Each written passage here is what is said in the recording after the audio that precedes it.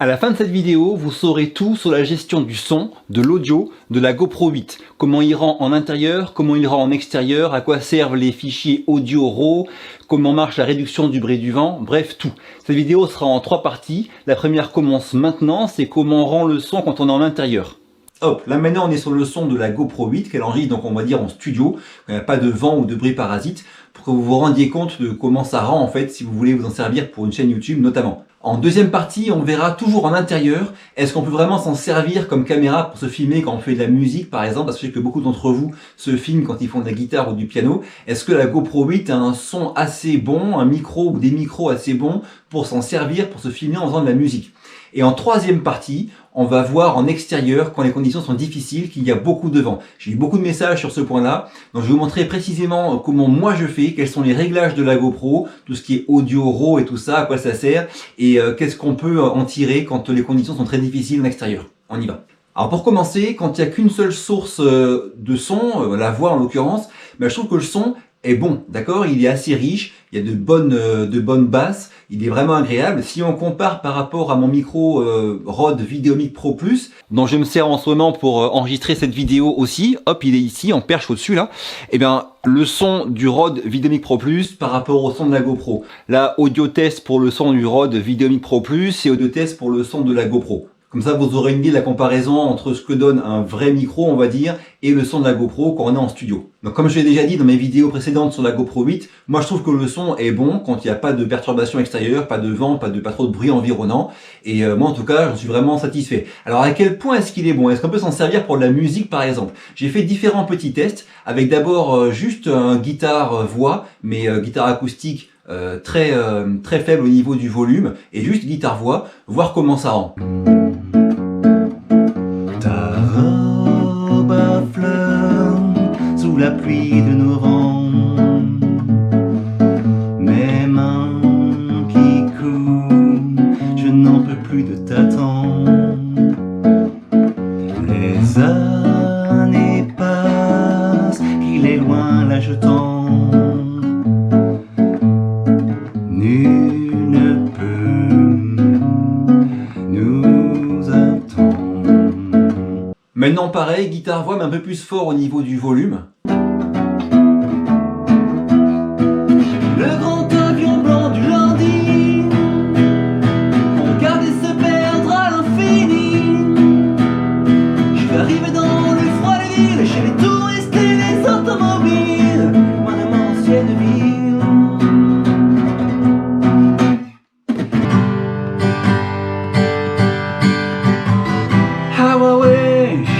How I wish you were here.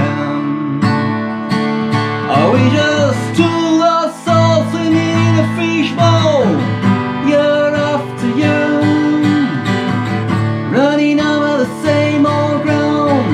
Et maintenant du piano-voix qui est très dur à sonoriser en principe, parce que le piano, notamment celui-là qui est un piano quart de queue, a un son qui est très fort, et c'est très dur à sonoriser. Il faudrait pour ça plusieurs micros, un pour uniquement la voix et plusieurs pour le piano. Mais bon voilà, juste pour essayer avec juste la GoPro, qu'est-ce que ça rend?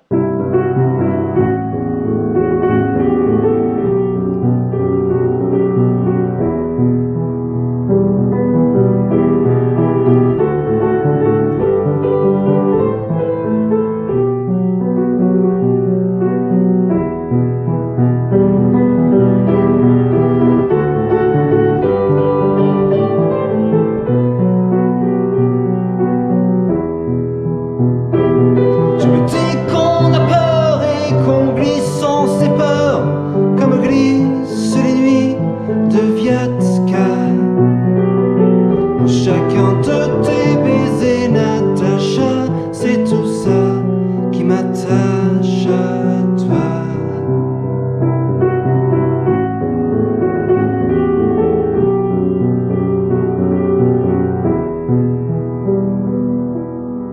Donc pour conclure ce début de vidéo, moi je suis content du rendu sonore de la GoPro 8 Black quand l'ambiance sonore est calme, qu'il n'y a pas de vent, pas trop de bruit extérieur. C'est largement exploitable pour s'en servir, pour vlogger et tout ça.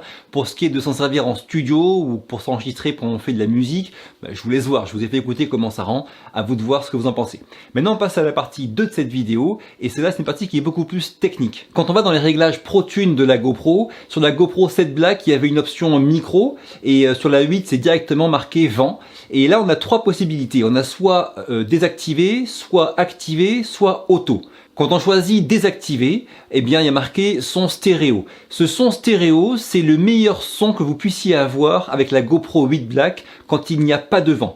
C'est la GoPro qui va utiliser les 3 micros, prendre ce qu'elle peut faire de meilleur, faire un petit traitement sur ce son-là et vous donner ce son assez riche et assez intéressant qu'on a quand l'ambiance sonore est bonne autour de soi. Donc ce son stéréo, c'est le point de départ, c'est le son le meilleur que vous pourrez avoir sans faire de retouches sur le son avec une GoPro. Bien sûr, ceux qui s'y connaissent en travail du son peuvent encore améliorer ce son. D'ailleurs, ça m'arrive de le faire, moi, de le rehausser un peu de niveau, de compresser un petit peu. On peut encore travailler ce son avec DaVinci Resolve par exemple. S'il y a du vent et qu'on choisit d'activer le mode automatique, eh bien la GoPro va décider elle-même si elle choisit d'activer ou non la réduction du vent. Donc elle prendra tantôt le son stéréo, tantôt le son où elle va traiter aussi pour réduire le vent. Pour ça, elle fait non seulement un choix du micro le moins impacté par le bruit du vent, et aussi après elle va retraiter le son. Donc là, ça peut être intéressant, le mode automatique. En tout cas, ça permet normalement d'avoir un bon rendu. S'il n'y a pas de vent, ça prend le son en stéréo, qui est le meilleur. Et s'il y a du vent, ça va gérer entre les différents micros et traiter aussi ce son obtenu. Mais il est possible, en faisant ça, que des fois elle change de mode entre stéréo ou réduction du vent, alors que c'est pas vraiment nécessaire. Et des fois il est possible aussi qu'il y ait des petits soucis de volume qui changent ou de style de son qui change. Et c'est pour ça qu'il vaut mieux, si vous savez à l'avance qu'il y aura du vent, forcer ce mode, mettre le mode réduction du vent sur actif. D'accord? Ça c'est vraiment l'idéal si vous savez à l'avance qu'il va y avoir du vent. Donc la réduction du vent, c'est pas compliqué. Si on est sûr qu'il n'y a pas de vent, on laisse sur désactiver. Donc ça prend le son stéréo, c'est le meilleur son possible. Si on n'est pas trop sûr qu'il y aura du vent ou s'il y a un petit peu de brise par moment, peut-être le mode automatique peut être utile. Et si on est sûr qu'il y aura du vent, eh bien le mode activé sera le plus efficace. Mais gardez bien en tête qu'avec la réduction du vent active, vous aurez un moins bon son au niveau de la richesse du son, des graves et tout ça, que le son stéréo dans le cas où la réduction du vent n'est pas active. Alors vous me direz, c'est dommage qu'on n'ait pas le contrôle du choix du micro qui marche. Si je sais que le vent vient d'ici, je voudrais pouvoir couper ce micro-là et prendre que ces deux-là, celui qui est devant et celui qui est dessous. Ce serait bien ça, mais c'est possible en fait, ça existe, c'est possible. Pour ça, il faut activer l'option RAW Audio. L'option RAW Audio, je vais rentrer dedans maintenant en détail. Ceux qui ne sont pas intéressés, avancez directement à ce timecode ici, parce que c'est un petit peu technique, mais c'est intéressant quand même, je trouve. L'option RAW Audio a 3 niveaux, le niveau faible, le niveau moyen et le niveau élevé. Ce qui est mesuré dans faible, moyen, élevé, c'est la quantité de traitement appliqué par la GoPro sur le son que vous obtenez. Les 3 cas sont bien séparés, donc on va en parler séparément. On va commencer par l'option RAW Audio faible. Quand on enregistre une vidéo en RAW Audio faible, qu'on la met après sur son disque dur, on a 2 fichiers. On a le fichier normal, avec un fichier vidéo et qui comporte un son que la GoPro a traité en fonction de ce que vous avez réglé avec réduction du vent active ou non, son stéréo, voilà. Et le second fichier, c'est un fichier WAV, c'est un fichier uniquement audio. Et quand on le met après dans une timeline de DaVinci Resolve par exemple, ce fichier WAV, donc du RAW audio faible, contient 3 pistes. Les 3 pistes sont celles de chacune des 3 micros. Là, on a accès aux 3 pistes des 3 micros sans aucun traitement. Donc on a les pistes du son brut enregistrées par chacun des micros. Ça c'est vraiment très intéressant. Pour ceux qui s'y connaissent en traitement du son, ils pourront vraiment avoir le son brut enregistré par chacun des micros. Dans l'exemple qui va suivre, je suis allé en bord de mer avec 30 nœuds de vent établis, donc des conditions de vent vraiment très très fortes, et n'importe quel micro galérerait vraiment dans ces cas-là. C'est pas, même avec un micro cravate, ce serait très compliqué d'avoir un bon son. Forcément la GoPro n'est pas étudiée pour ça, donc j'ai eu un son pourri, mais on va voir quand même que c'est intéressant. Quand je regarde ces 3 fichiers audio qui correspondent aux 3 micros de la GoPro, on voit que selon comment je suis exposé, il y a peut-être l'un des 3 qui des fois a beaucoup moins pris le bruit du vent que les autres. Chaque pic, c'est un bruit parasite du vent, et du coup, on peut prendre uniquement le son de ce micro-là. Alors forcément, c'est un son brut d'un micro, sans aucun traitement, et il est beaucoup moins riche, beaucoup moins spatialisé qu'un son stéréo traité par la GoPro ou par un pro du traitement du son. Mais on a quand même moyen de récupérer un petit fichier audio enregistré par un seul des micros, celui qui sera le moins impacté par le bruit du vent. Test GoPro 8, audio rose sur faible, vent activé. Test GoPro 8, audio rose sur faible, vent activé. Alors moi je suis pas un son, ça demande du boulot, des connaissances techniques de faire ça. Moi je suis pas pro là-dedans, donc je peux pas récupérer et transformer ça en un son parfait. Mais au moins ça peut sauver s'il y a vraiment une séquence vidéo qui est foirée à cause du son. On peut récupérer un fichier audio exploitable grâce à ça. Je pense que c'est bon à savoir quand même. Donc comme je vous disais, le format RAW audio faible vous donne un fichier WAV, un fichier audio avec 3 pistes. Et le format RAW audio moyen et RAW audio élevé vous donne par contre un fichier WAV audio mais que 2 pistes, d'accord? On n'a plus que 2 pistes et pas les 3. Dans ces fichiers RAW audio moyen et élevé, eh bien sur moyen on a un peu de traitement fait par la GoPro directement et sur élevé il y en a encore plus. Le traitement qui est fait par la GoPro sur les fichiers RAW audio moyen et RAW audio faible tient compte du réglage du mode dans lequel vous êtes au niveau réduction du vent active ou stéréo, et il y a aussi un petit traitement du son en plus qui est fait, un encodage, bref. Ce traitement fait par la GoPro s'applique un petit peu sur RAW audio moyen et beaucoup sur RAW audio élevé. Encore une fois, d'une part je suis pas un son et d'autre part j'ai pas forcément le temps de faire tout ça. Donc moi s'il y a vraiment du vent, si j'ai le choix, je n'enregistre pas le son et si j'ai pas le choix, je prends un micro-cravate et une autre caméra. Mais bon, ça peut servir à certains. Maintenant pour finir, 2 points je trouve assez intéressants dans ces grosses conditions de vent avec du très fort vent. J'ai vu un truc qui est assez rigolo, c'est que la GoPro lorsqu'elle reçoit le vent sur le côté où il y a la trappe pour la batterie, de ce côté-là, il n'y a pas de micro là. Pourtant, c'est la configuration la pire. Quand j'étais placé de manière à ce que le vent arrive sur la trappe de la batterie, j'avais un son qui était totalement inexploitable.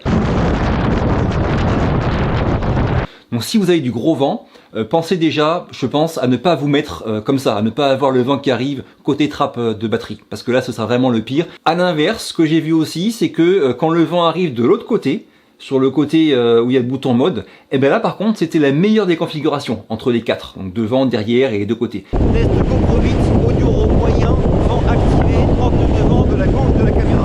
Ensuite, entre la configuration où le vent arrive à l'avant ou à l'arrière de la caméra, je pensais qu'en me mettant comme ça, moi, dos au vent, je protégerais un peu la caméra du vent et j'aurais un son plus sympa. Test GoPro 8, 39 devant, audio RAW moyen, vent activé. En fait non, c'était pourri et ça marchait mieux dans l'autre sens, bizarrement. Test GoPro 8, audio RAW moyen, vent activé, 39 devant, arrière de la caméra. Donc quand le vent arrivait sur le dos de la caméra, je trouve que le son était quand même un peu meilleur que quand j'étais moi en protection du vent et que le vent arrivait dans mon dos.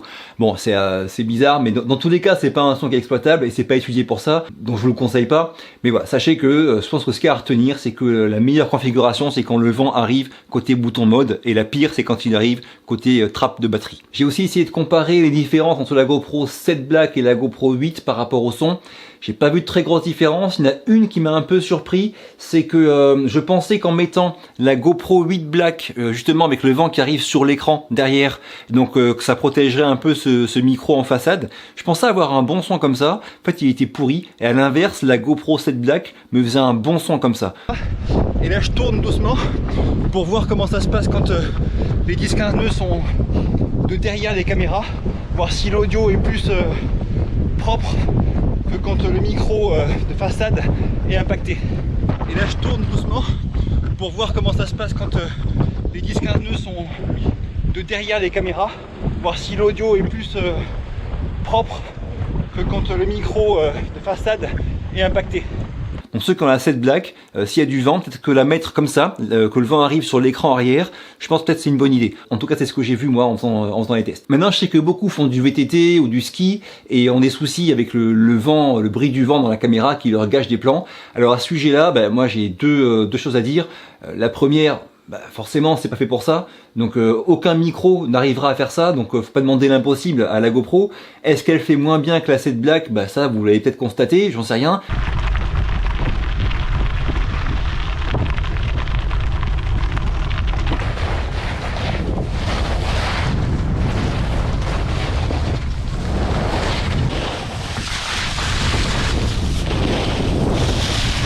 Bah déjà pensez bien à activer la réduction du vent sur la caméra. Après il y a aussi ces petites protections en mousse qui vont cacher le micro en façade, qui peuvent servir, mais bon, faut pas demander non plus l'impossible. N'importe quel micro galérerait à faire ça, et c'est très compliqué d'arriver à détacher le bruit ambiant d'un fort bruit de vent relatif. Donc moi franchement, c'est ce genre de plan là où j'ai la caméra qui filme vers l'avant sur un VTT et que je vais vite et qu'il y a du vent de face en plus, bah, je compte pas sur l'audio. Alors une astuce que je fais moi souvent par contre, c'est que je vais prendre plusieurs séquences avec plusieurs configurations. Une fois la caméra vers l'avant, une fois elle sera derrière moi, une fois elle sera ailleurs. Et par contre après, je vais me servir du son enregistré quand la caméra est derrière moi, où là par contre le son est bon, il n'y a pas de vent relatif et j'ai le bruit ambiant. Et après ce son là qui est bon, ambiant, je vais me le mettre sur un clip où la caméra filme vers l'avant. C'est un peu triché, mais c'est du montage audio, montage vidéo, ça marche très bien. Hein. Vous pouvez très bien prendre un extrait d'un son qui est propre et le mettre sur une vidéo qui vous intéresse. Et encore une fois, pour ce qui est de comparer la GoPro 7 Black et la GoPro 8 Black, bah moi j'ai essayé, hein, j'ai vraiment essayé dans toutes les configurations, j'ai pas vu de différence flagrante entre les deux caméras. Donc je sais pas si ceux qui ont fait des tests et qui ont des soucis avaient vraiment les mêmes réglages, la réduction du bruit active sur les deux, le même vent qui arrivait de la même direction, je sais pas trop quoi dire. En tout cas, moi, dans tous les cas, c'est des configurations où je n'aime pas utiliser le son que donne la GoPro, parce que aucun micro n'est fait pour ça, et celui de la GoPro non plus. Faut pas demander à une GoPro qui coûte 400 € d'avoir des micros qui sont du niveau de celui-là avec une bonnette en plus. C'est voilà, ça reste une petite caméra d'action avec des micros qui sont bons, mais qui quand il y a du vent galèrent vraiment. C'est normal.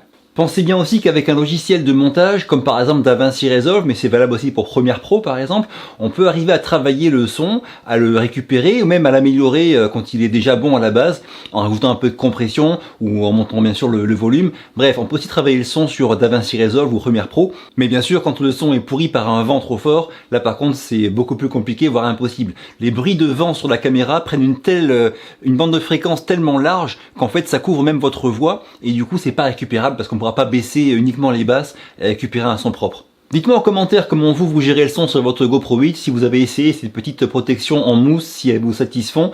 Si ça vous a été utile, un petit pouce bleu. Ceux qui ne sont pas encore abonnés à ma chaîne, pensez à le faire, ça m'aide beaucoup. J'y parle beaucoup de photos, de vidéos, de voyages, de drones, de comment créer et gérer une chaîne YouTube. Je vous quitte, à très vite pour la prochaine et d'ici là, bougez-vous purée. Bougez-vous.